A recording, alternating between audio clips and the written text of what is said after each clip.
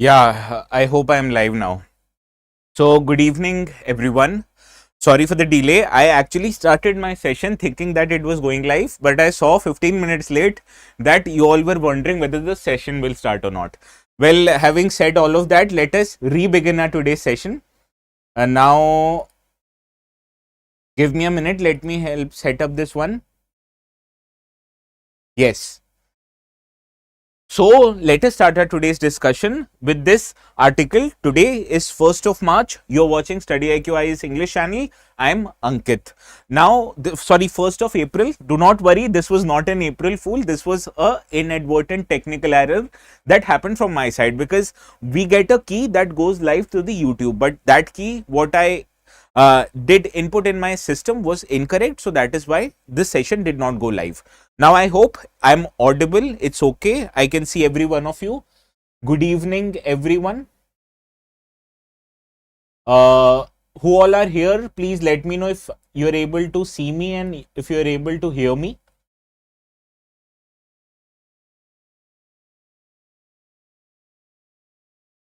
Yes. So these are the 6 articles that we are going to discuss today. First, we'll understand the lasting impact of deep sea mining. Now, if you remember last session, we did covered deep sea mining in great detail, but that was from the economic, political, international relations point of view. We missed out on what were the economic or environmental challenges posed by deep sea mining. Now, yesterday's article in the Indian Express newspaper, it beautifully put together all the environmental related challenges of deep sea mining. So, we are going to understand this in our today's discussion. Now, this article is primarily perspective from GS paper 3 syllabus, that is the environmental part. Understood? And in the second article, we are going to discuss the Sarhul festival, which is a tribal festival celebrated in the Chota Nagpur region, primarily in the state of Jharkhand. Now, this is a tribal festival. So, you understand every tribal festival is centered around in and around the nature itself, and this is no exception. So, we are going to discuss in detail some facts related to Sarhul festival, which is a part of India's art and culture. Therefore, it belongs to GS paper 1 syllabus. In the third article, we are going to understand the reasons why India has witnessed a decline in production of cotton. Why is cotton an important commodity in India? Because India is world's largest producer of cotton. So, if there is a reduction in the production of cotton, you understand it creates a lot of disturbance, not just in Indian economy, but world over, because India is also the second largest exporter of cotton. Many important cotton textile producing nations, they make textiles only because they are able to import cotton from India. For example, Bangladesh. So, cotton and its decline in production, we'll understand this in our today's discussion. This is a part of GS paper 3 syllabus because you understand major crops is there written directly in your UPSC syllabus. Then in the fourth article, we'll understand the geographical point of view from the Teesta river. And why is Teesta river in the news? Because Bangladesh has signed a treaty with China allowing it to manage the resources of Teesta river. Now, Teesta river originally emerges in the Sikkim Himalayas located in India. So, therefore, it is an important river of India. And you understand the dispute that is going on between India and Bangladesh. It has not been resolved because of the opposition by the West Bengal government on signing a treaty between India and Bangladesh regarding to management of Teesta river. So, Teesta river becomes very important from our prelims perspective. Also, why is it important from prelims perspective? Because if you see the PYQs, particularly in 2015 and 16, you'll see that 2 questions appeared. Which of the following are tributaries of Godavari and Brahmaputra? Similarly, questions can appear on tributaries of Teesta river. So, we'll also understand this in great detail. In our fifth article, we are going to discuss an important statutory body known as Khadi and Villages Industries Commission, which comes under the Ministries of Small, Medium, Micro, Small and Medium Enterprises. And you understand this body also manages several schemes which are there for the development of MSME sector. So, it is a part of economy syllabus and also it is a statutory body, hence it belongs to GS paper 2 syllabus. And in the last article, we are going to understand in great detail why is India accelerating towards increasing its nuclear power generation capacity, what challenges might India face and what are the reforms that India needs to do in order to make it a large or a significant nuclear generating power country in the world. So, these are the 6 articles that we are going to discuss. Good evening, everyone.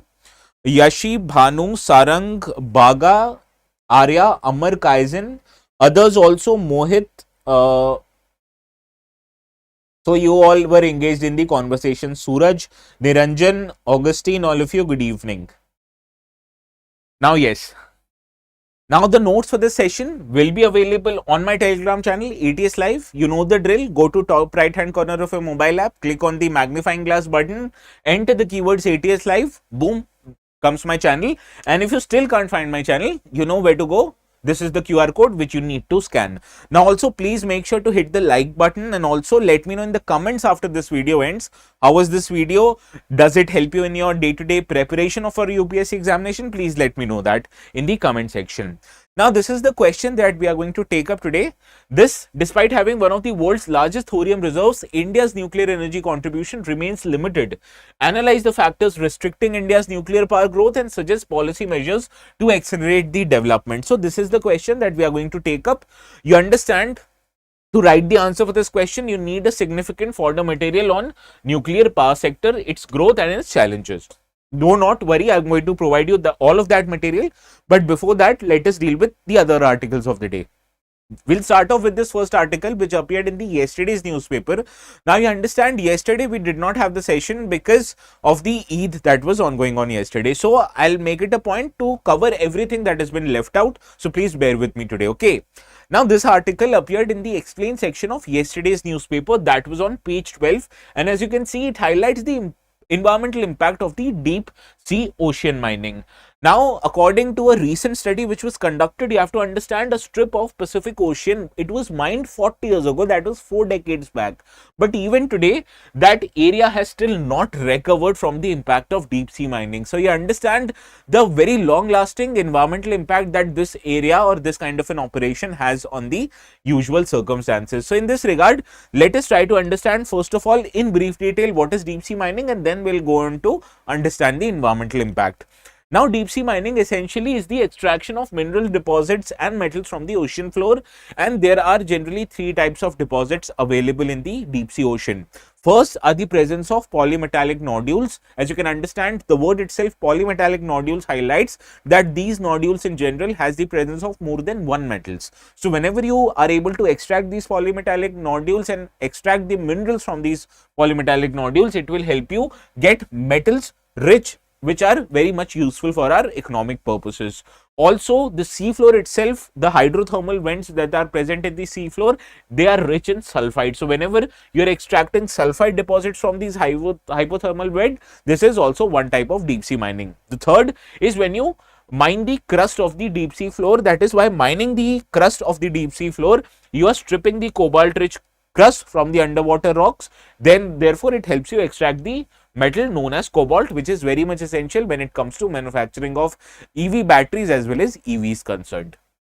So this is how the deep sea mining is important. But the other reasons are that these deposits which are present in the deepest part of our oceans, it contains very important metals like nickel, rare earth elements, cobalt, etc., which are very essential as far as renewable energy technologies is concerned, manufacturing of lithium ion batteries is concerned, development of consumer electronics like cell phones, computers, etc.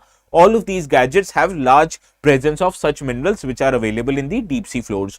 Also, as onshore reserves are declining and they are limited in number, companies and governments are focusing instead on why don't they start mining the deep sea. So therefore, the world over, the focus is now on mining these deep sea installations. But you understand, these are not just important from economic point of view, but these are also very important as far as environmental and ecological point of view is concerned. So in that regard, let us understand the impacts of deep sea mining. Now, first of all, deep sea mining leads to physical destruction of seabed. Now, mining strips away the top layers of the seabed, therefore it removes the valuable ecosystems. For example, permanent habitat destruction for organisms which are dependent on deep sea sediment. So whenever that happens, you understand, you're stripping away their habitats and homes, and therefore it destroys the entire ecology and environment of the deep sea.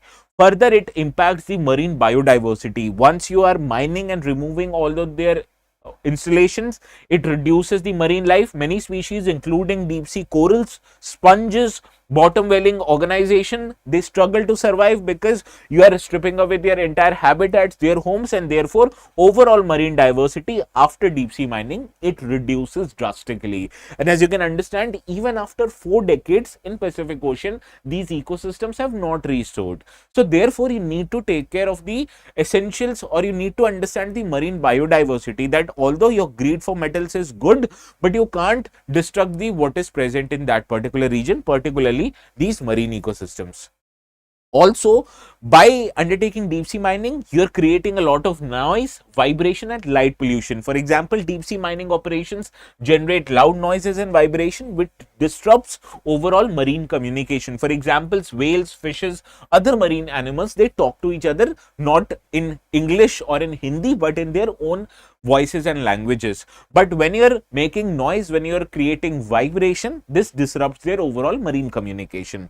Also, presence of artificial lightning, it deeply affects the environment, especially of nocturnal species and other natural behaviors, because you disrupt them because of the presence of artificial lightning. So this is how the deep sea mining operations even affect their communication and their natural behaviors, not just destructing their habitats.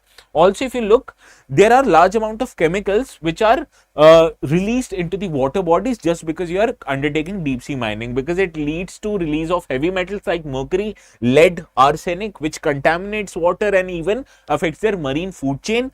And waste disposal for mining increases the ocean acidification, it affects coral reefs and overall reduces the marine biodiversity, as I have already told you, and this is because of the release of harmful chemicals in the water bodies.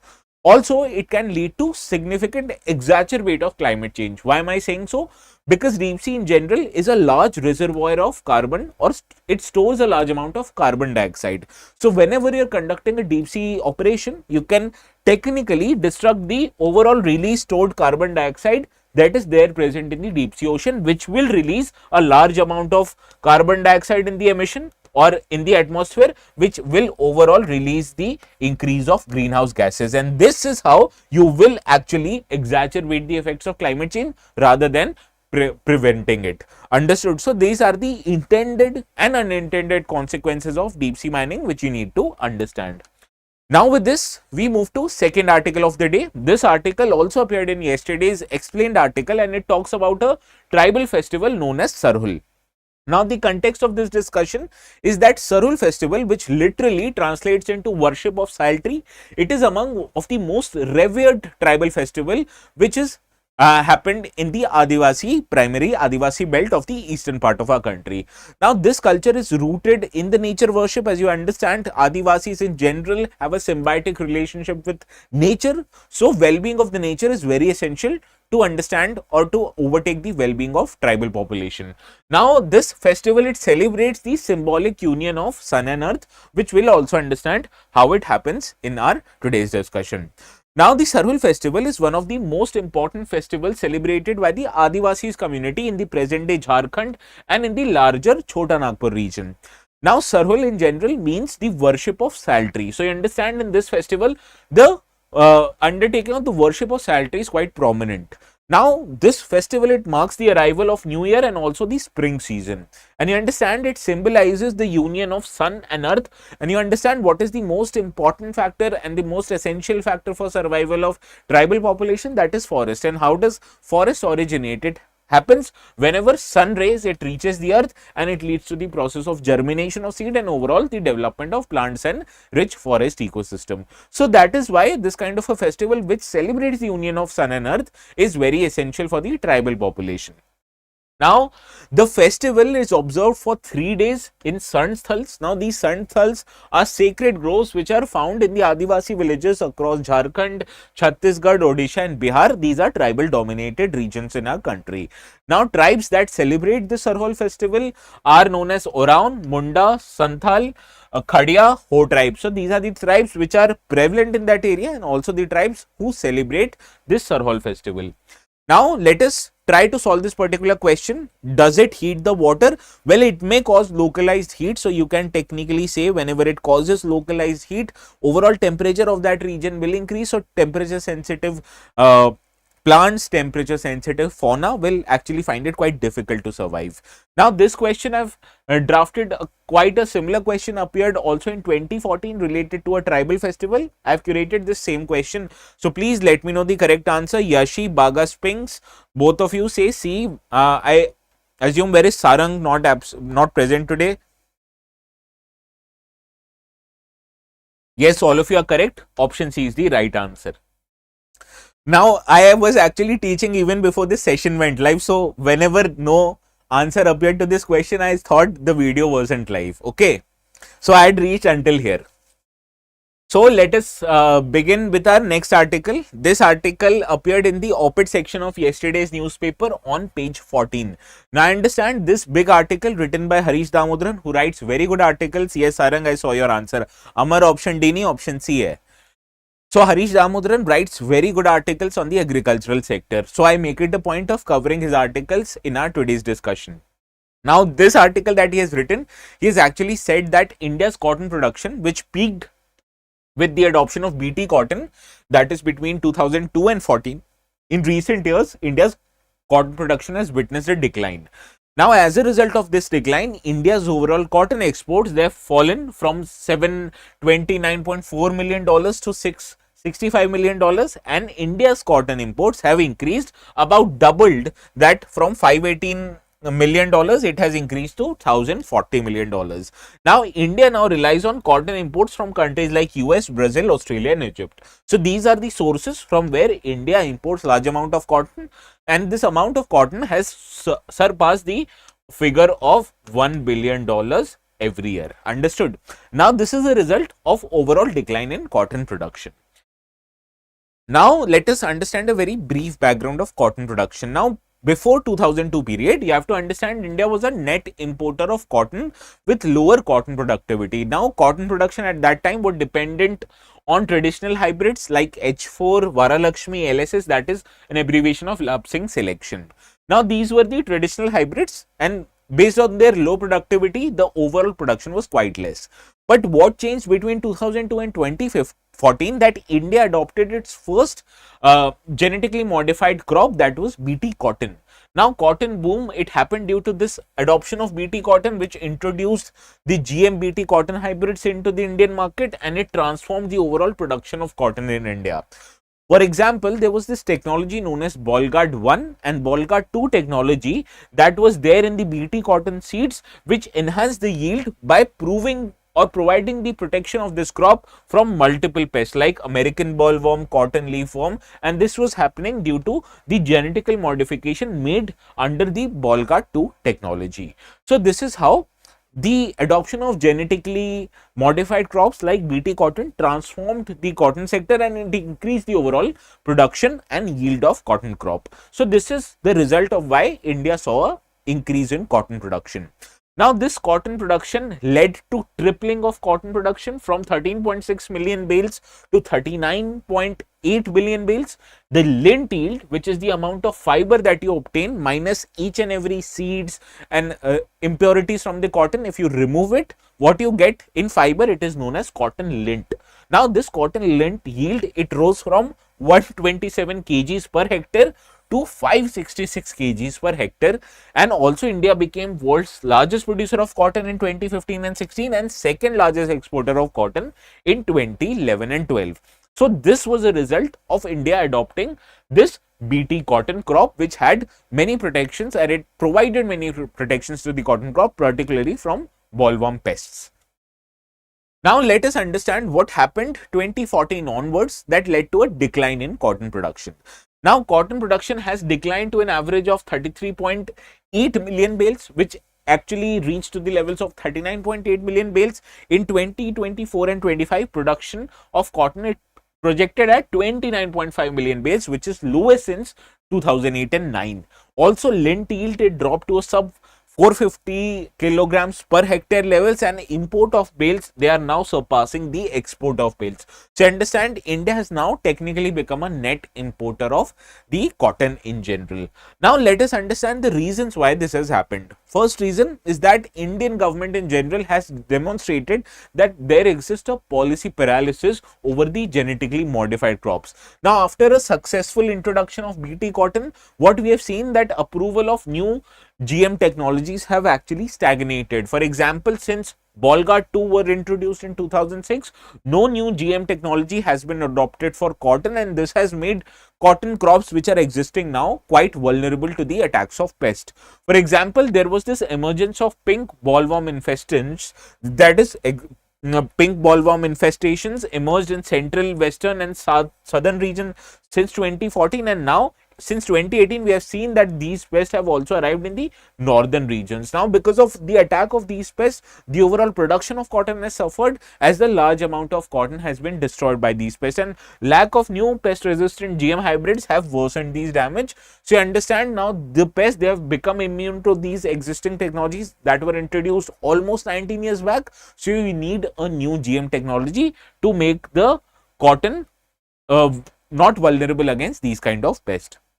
Also, there is a regulatory and judicial hurdle. For example, regulatory bodies, they have periodically blocked the field trials of new GM crops under the Environmental Protection Act of 1986. For example, even the Supreme Court, they have interfered in technical matters, delaying the new technology approvals. For example, a hybrid mustard which was developed by Delhi University known as Dhara mustard DMH11. These DMH11 were a very brilliant hybrid mustard, but they were not introduced or not approved for commercial cultivation, despite the fact that their field trials have remained successful and it generated a large amount of data which were assessed and found that there were no problems with the data. So, despite given the scientific approval, the policy related approval or the government related approval for such hybrid mustard and other similar crops have not been given by the government. Also, there is a high production cost and falling yields that are resulting quite recently, because rising input costs, particularly the use of pesticides to cover or to provide coverage against the pink bollworm, has stagnated the yields and made cotton farming less profitable. So farmers, they lack access to updated pest resistant and climate adaptive varieties because government has demonstrated policy paralysis. And also there is a global pressure to reduce trade barriers. For example, you understand Indian government is now engaged with US government so as to reduce tariff and non-tariff barriers in India, and for that regard governments of US and Brazil, they are now pushing India to remove the import duty that it levies on import of cotton. So once this import duty is reduced, you understand the imports of cotton will increase further. And India's decision to allow imports of GM based soybean and cake earlier in 2021 has also led to a similar demands of importing GM corn and cotton into India, which will again increase India's reliance on imports for such cotton and other crops. So these are the reasons why India in general have witnessed a decline in cotton production, and this is the reason why India has also seen a decline in production. Now again, we are launching a new batch for April. This batch will actually happen in evening, and this batch is starting from tomorrow, that is 2nd of April. Now with this batch, we are introducing a new course that is known as a diamond package, and in diamond package there are many benefits. For example, teachers in general will provide you with the guidance in addition to mentorship support, and here you will also be provided with an option to get scholarships and rewards in case you perform better in the tests and in class tests in general. Now to get these batches, what you have to do is click on this UPSC IS English button. As soon as you click on this button, you will see that there is a 3 tile going on here. This one highlights P2I Foundation 2026 April evening batch. Now the prices for this batch right now for the diamond package, which was not available for the March course, it is available right now at 43,749 rupees. But you can get discount on this particular package using the code which is flashing on the bottom half of the screen, that is ATS Live. For see, now there are 3 packages available: diamond, platinum and gold. Diamond is the highest one which has all the available benefits. Let me tell you the benefits that are there. Now the benefits for this is that let me see. Yes, the benefits of this is that you will get scholarship and fee refund facility, that you get money back in case you are performing quite well. You get one-on-one faculty guidance, that is great personal mentorship from supports, and also a prelims residential program that in case you are performing well, you will be brought to Delhi. Each and every necessity of you, be it study related, be it living related, food related necessity, will be borne by StudyIQ in general, and our intention, our sole intention for that matter, will be to help you to clear prelims examination. And also you'll be provided with a special kit to support your preparation that is known as selection box.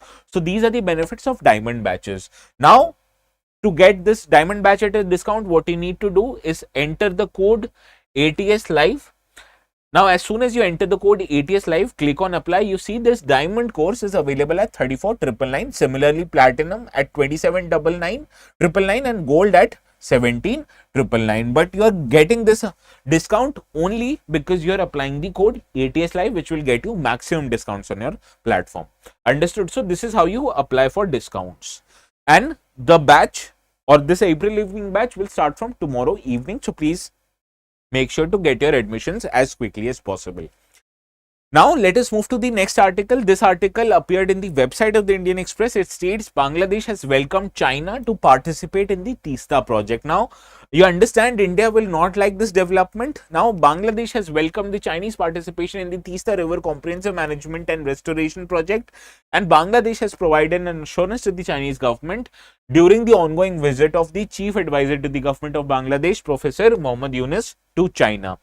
Now, in this regard, what becomes important is the geographical features of the river Teesta. Now, you understand from this map, Teesta river, it originates in the state of Sikkim, here quite close to Chinese border, and from India, it flows from Sikkim into the state of West Bengal, and from West Bengal, it enters the country of Bangladesh. So, this is the important countries that are there on the river Teesta, that is India, 2 states in India, as well as the country of Bangladesh. So these are the countries that have river Teesta. Now this Teesta river originates from the Solamau lake in Sikkim Himalayas, which is very near to the border of China with Tibet, and it forms a boundary between the state of Sikkim and West Bengal. Now this Teesta river, it passes through the plains in West Bengal and it enters the country of Bangladesh, where it joins Brahmaputra river known as Jamuna in Bangladesh. So understood, these are the characteristic of Teesta river. Now what is also important from our exams perspective is the left bank and right bank tributaries of the Teesta lake. Left bank tributaries are Lauchungchu, Chakungchu, Dikchu, Rani Khola and Rangpochu, whereas right bank tributaries of the river are Zemuchu, Rangyongchu as well as Rangit river. Now this Teesta river is known for its potential source for hydropower projects because of its rapid flow through steep terrains in Sikkim. So whenever you are able to tap and store these waters, and you can generate technically hydroelectricity from these waters. So therefore, controlling of Teesta river is very essential for India.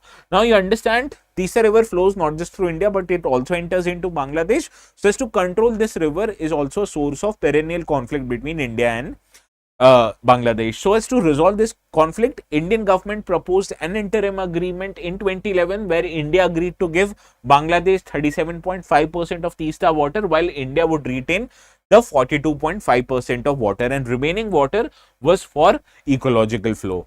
So this interim agreement was proposed back in 2011 during the UPA government. Now this agreement was not signed due to the opposition from the West Bengal government, particularly CM Mamata Banerjee. So therefore, presently no official treaty exists for management of Teesta water sharing. Now, due to India's reluctance, Bangladesh has welcomed Chinese investment in the Teesta river, and a Teesta river comprehensive water management and restoration project was signed between the government of China and Bangladesh. So India is not a part of this particular treaty. Now let's see if we are able to solve this particular question. Sir, is the shift to growing food grains over commercial crops also a reason? Well, not necessarily. Well, the entire reason for growing any crop is to make money out of it, be it cotton, be it wheat, be it rice. Why is rice and wheat so prominently grown in India? Because government purchases these crops for MSP. Similarly, cotton is a very great demanded from everything, from your handkerchief to your shirts to everything. We use cotton in general, and also cotton textile industry is quite prominent industry in India and also in nearby countries. So we are not just able to utilize those cotton in Indian industry, but in other countries also. Now consider the following statement. Teesta river originates from Solamau Lake in Tibet. This is incorrect. I told you this originates in the Sikkim. Now it serves as an official boundary between India and Bangladesh. Incorrect. This is an official boundary between Sikkim and West Bengal, not these two countries. Now there is no official treaty between India and Bangladesh on Teesta river sharing. This is correct, as I have already told you. We have to identify correct one. So option C is the right answer. Sarang, Baga, Mohit, Bhanu, you're correct. Yashi, Kaizen, please take a look again. Yes. Now with this, we move to next article of the day. This article I've taken from PIB and it talks about the Khadi and Village Industries Commission. Now this KVIC organized a largest and most comprehensive mega distribution program through virtual medium at central office in Mumbai. Now more than 5 lakh Khadi artisans, entrepreneurs and beneficiaries were benefited under the Gramodyog Vikas Yojana, Khadi Village Yojana and Prime Minister's Employment Guarantee Program. So this brings our attention to the body as well as the schemes which is managed by this particular body. So in this regard, let us quickly understand about the Khadi and Village Industries Commission. It is a statutory body which functions under the Union Ministry of Micro, Small and Medium Enterprises. It was established back in 1956 under the Act Khadi and Village Industries Act to promote, develop and regulate Khadi and village industries in rural India. Now Khadi is basically hand-spun cotton cloth which was made popular due to the efforts by Mahatma Gandhi. And since after that, Indian government has made sure to utilize and also to promote the use of Khadi to make or to utilize its mass manufacturing capabilities. Also, you have to understand there are many schemes that are promoted by the KVIC. First is known as Prime Minister's Employment Generation Program, PMEGP, that is to provide financial assistance for setting up of new micro enterprises in the non-farm sector. So this basically essentially guarantees that you are setting up of any industries in the manufacturing as well as service sector, and these industries they will be getting new incentives in order to generate employment. Also, there is a Khadi Vikas Yojana which is to modernize and strengthen the Khadi sector and ensuring higher wages for the artisans. Also, there is a honey mission which promotes beekeeping as a source of income for farmers and also to generate income for the unemployed youth. Also, there is a scheme called as REHAB, which is an abbreviation of Reducing Elephant Human Attacks on Bees project, which prevents elephant attacks by using bee boxes as a fence alongside the elephant corridors. So these are the initiatives that are managed by KVIC and these are also important from the exams perspective. Understood? Now let's see if you are able to solve this particular question. Quickly.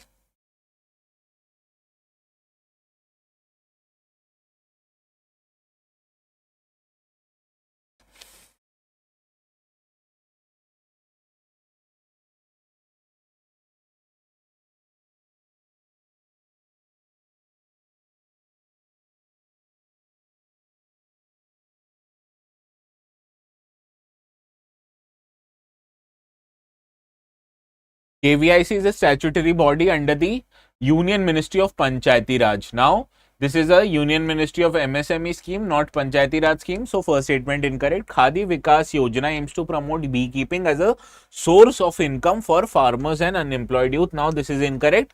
Khadi Vikas Yojana, I told you, is a scheme that wants to develop the Khadi sector in general so as to increase the wages for the artisans that are involved in the sector. So, second statement also incorrect. Third one, REHAB project is an initiative of KVIC to reduce elephant-human conflicts using bee boxes alongside the elephant corridor. This is a straightforward one.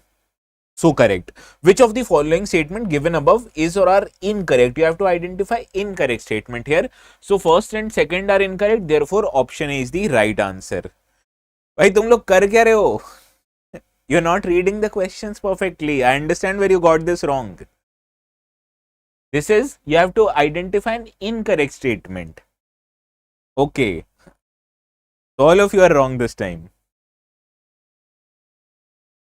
Do not worry, I do not get any pleasure in this. I wanted to make it a point so that you remind or you remember to reread the questions again even in your mock test. So whenever you're attempting the mock test now, please make sure to whenever you're attempting the question, please make sure to highlight this word, whether this is correct, so you underline it. When it is incorrect, you mark it a circle around it so that you remember what you have to mark in the exam, right? This kind of a mistake, it is quite common due to the exam because people are in hurry to read the statements and identify mistakes in the statement, and they forget to reread the statements of the questions. Okay. Now, let us get to the last article of the day. This article is an article written by the MOS of the Ministry of Science and Technology, Mr. Jitendra Singh, and he talks about India's leap towards nuclear power. Now, this kind of a development is important from infrastructural sector, that is in economy, and also from science and tech perspective. So, we are going to understand in great detail about the India's nuclear energy sector, and why we are going to discuss, because this year's union budget, it opened the nuclear sector to private players, and also Madam Finance Minister introduced many financial benefits for development of a small modular reactor or an indigenous small modular reactor known as Bharat modular reactors. Understood? So, we are going to understand in great detail the role of these kind of modular reactors that it is expected to play in India's power generation. Now, let us understand the correct status of the India's nuclear power generation. Now, India's nuclear capacity has grown about 70% from last 10 years or so. It was 4,780 megawatt in 2013 and 14. Now it has increased to 8,180 megawatt. That is an increase of 70%. Now the number of operational reactors stands at 24, with 21 more reactors totaling about 15,300 megawatt at various stages of implementation. Now, the most recent development was the prototype fast breeder reactor achieved its critical milestone in 2014, which initiates India into the second generation of the second step into its three-step or three-generation nuclear power program. So, therefore, this is a quite a improved process when you want to increase the efficiency of fuel cycle. So, these are the important developments that India has witnessed in the field of nuclear power generation. The most important is the prototype criticality of the fast breeder reactor, which is an important part of second cycle of the India's three-cycle or three-stage nuclear generation. Now, the future initiatives and the expansion plan of the government, it includes the development of small modular reactor and Bharat small reactors. That is, this year's budget has allocated 20,000 crore rupees for SMR research and development, and India aims to develop 5 indigenously designed small modular reactor and deploy it by 2033. Similarly, a Bharat small reactors, which is a 220 megawatt pressurized heavy water reactor, are being enhanced for industrial deployment and support decarbonization effort. And the overall effort of the government is that by 2047, the government wants to set an ambitious goal of generating as much as 100 gigawatts of power through this nuclear power generation. That is a massive increase of power generation from existing 8.8 gigawatt. Understood? So, this is the intention of the government, that is, it wants to increase the generation of nuclear power by 2047 by many times to 100 gigawatt. Now, first of all, let us understand why India needs nuclear energy in its electricity mix. First is the rising demand for electricity. As you understand, India is becoming developed. People are the population is eventually increasing, so overall the demand for power is increasing day by day. Earlier, how many gadgets that you remember were used that were power generated? Now most of the gadgets, including our mobiles, they need to be charged by electricity. So our overall per capita use of electricity day by day, it is increasing. So you understand it will increase manifold as country becomes more and more developed. So it is projected to triple by 2047 due to industrialization, urbanization and population growth. Similarly, Indian government wants to generate low carbon emission from its electricity generation, and fossil fuel currently, as 70% of power generated, roughly it is generated through the use of coal, which is a polluting source, and therefore it contributes to significant pollution and climate change. So as to reduce its dependence on fossil fuel, nuclear power provides a very good alternative to use it as a base load electricity with a near zero carbon emission, which will help India to meet its target by net zero emission by 2070. Similarly, we need a power source which is reliable and stable for its day-to-day power generation use, because unlike solar and wind, which are intermittent in nature, that is, they are not available 24/7. Quite naturally, solar power is not available during the night and wind power is not available at the time when wind speed is quite low. So therefore, these are called as intermittent source of power. Nuclear power, on the other hand, it provides you the continuous generation of electricity. So it reduces your dependence on other continuous electricity generation generation sources that are coal and hydro, which face seasonal and supply chain challenges, because you understand during the times of monsoon, coal extraction from the mines are very less. Similarly, during the summer season, the overall hydropower generation becomes quite less. So in that case, you can depend on nuclear power to provide you with the stable and reliable power source in case of absence of renewable sources and the usual coal and hydropower. Similarly, we need coal power to make the best use of the land resources, because you understand India is a country which has, although large amount of land, but this land also supports a large amount of population. So it is essential for India, where land availability is quite limited due to its population density. So we need to efficiently use our land, and therefore nuclear power plants require far less amount of land as compared to solar and wind farm, which generate same power output. Also, we need to utilize India's thorium reserve, for which India has developed a 3-stage nuclear power program. And as I told you, India has successfully entered the second stage of its nuclear power program with the enactment of the fast breeder reactor. Now, this will actually allow India, which has the world's largest generation of thorium, to offer a long-term solution for its energy while it being self-reliant in the generation of nuclear power. Also, this provides many rich dividends in the field of technology and industrial growth. For example, investment in nuclear energy drives indigenous R&D, which leads to job creation and leads overall to the technological process of the Indian country. Also, India's success in pressurized heavy water reactors, fast breeder reactors and small modular reactors, it showcases that once made an effort towards a particular goal, we can actually drive India's self-reliance towards it. Now, what are the challenges that the government might face in this regard? First is the high initial cost, because nuclear power projects requires large upfront investment. You need to procure a large piece of land, you need to procure a large amount of equipment, you need to make sure to install these nuclear generation plants, which possesses a huge initial cost. Overall, this cost gets reduced, but initially it is quite high. Also, currently India faces a lot of fuel supply constraint, because India relies on imported uranium from countries like Russia, Kazakhstan, Canada. Though thorium reserves offer a long-term potential, but harnessing this thorium long-term potential is not possible until India reaches the third stage of its nuclear program. But as it is in second stage, so you need imported uranium, which is imported for countries like Kazakhstan, Russia and even Canada. Also, the public perception and safety concerns regarding nuclear power is quite difficult to maintain because of the historical instances of the nuclear power and their related destruction in 86 Chernobyl and in 2011 Fukushima. So opposition to nuclear power plants due to fears of radiation, despite India's strong safety record, is one of the key challenges that India faces. Also, you have to understand that technological development and delays also delays India achievement towards self-reliance, because fast breeder reactors and thorium cycle development needs significant time and R&D investment, which might inhibit or delay India's goal to achieve its self-reliance in nuclear power generation. Also, one of the key areas of concern is what to do with the waste related to the nuclear power. For example, you need to ensure safe disposal and reprocessing of nuclear waste, which remains a challenge at present, and also there is a limited contribution in the energy mix, that the share of nuclear power right now in the total energy generation is just 2.8% in the last financial year. So you can understand the contribution of nuclear power in overall power generation is less, so you need significant development to scale it further up to make it a significant development. Now, what are the reforms that you need to do? First is you need to amend outdated laws like the Atomic Energy Act and the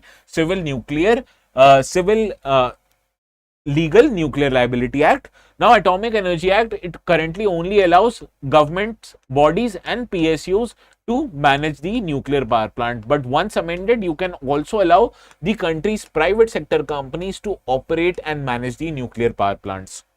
Also, the Civil Nuclear Liability Act, this is also trying to creating hurdles in the use of foreign equipments, because this, according to this Nuclear Liability Act, even the equipment suppliers of the nuclear power plant, they will be liable in case, God forbid, such unforeseen event happens. So this is cause of a concern for particularly the foreign manufacturers of events. So they are highlighting that you need to amend this particular act and only highlight the liability of the nuclear power operators against such kind of future liabilities. So this is can be done to enable private sector participation and also attract foreign investment in this particular sector. Also, you need to develop the indigenous technologies for reactors and fuel cycles, which will overall reduce your reliance on imports that is currently quite significantly reliant on import. Also, you need to establish a permanent solution for radioactive waste disposal, because I told you the disposal of the waste is a big cause of concern, and also you need to increase public engagement, which will help the government to build trust through transparent safety measures, and you can also allow the third party audit, which will increase the overall trust of the people in these kind of nuclear power projects. And also you need to expand training programs, which will help you build a skilled workforce for upcoming projects. So this will increase the skill levels of the overall manpower. So these are the steps that the government needs to take in order to increase the share of nuclear power in the overall generation of power by India. Understood? So this is how you will attempt the question. The questions which will be submitted on our platform up till 8 p.m. will be evaluated by me. This is where you submit the answer, and this is your question for the homework. Please let me know the correct answer for this question. This is a question very similar to the one which appeared in 2015. 2015, a question appeared on what is the tributary of Godavari river, and in 2016 it appeared on the Brahmaputra river. Understood?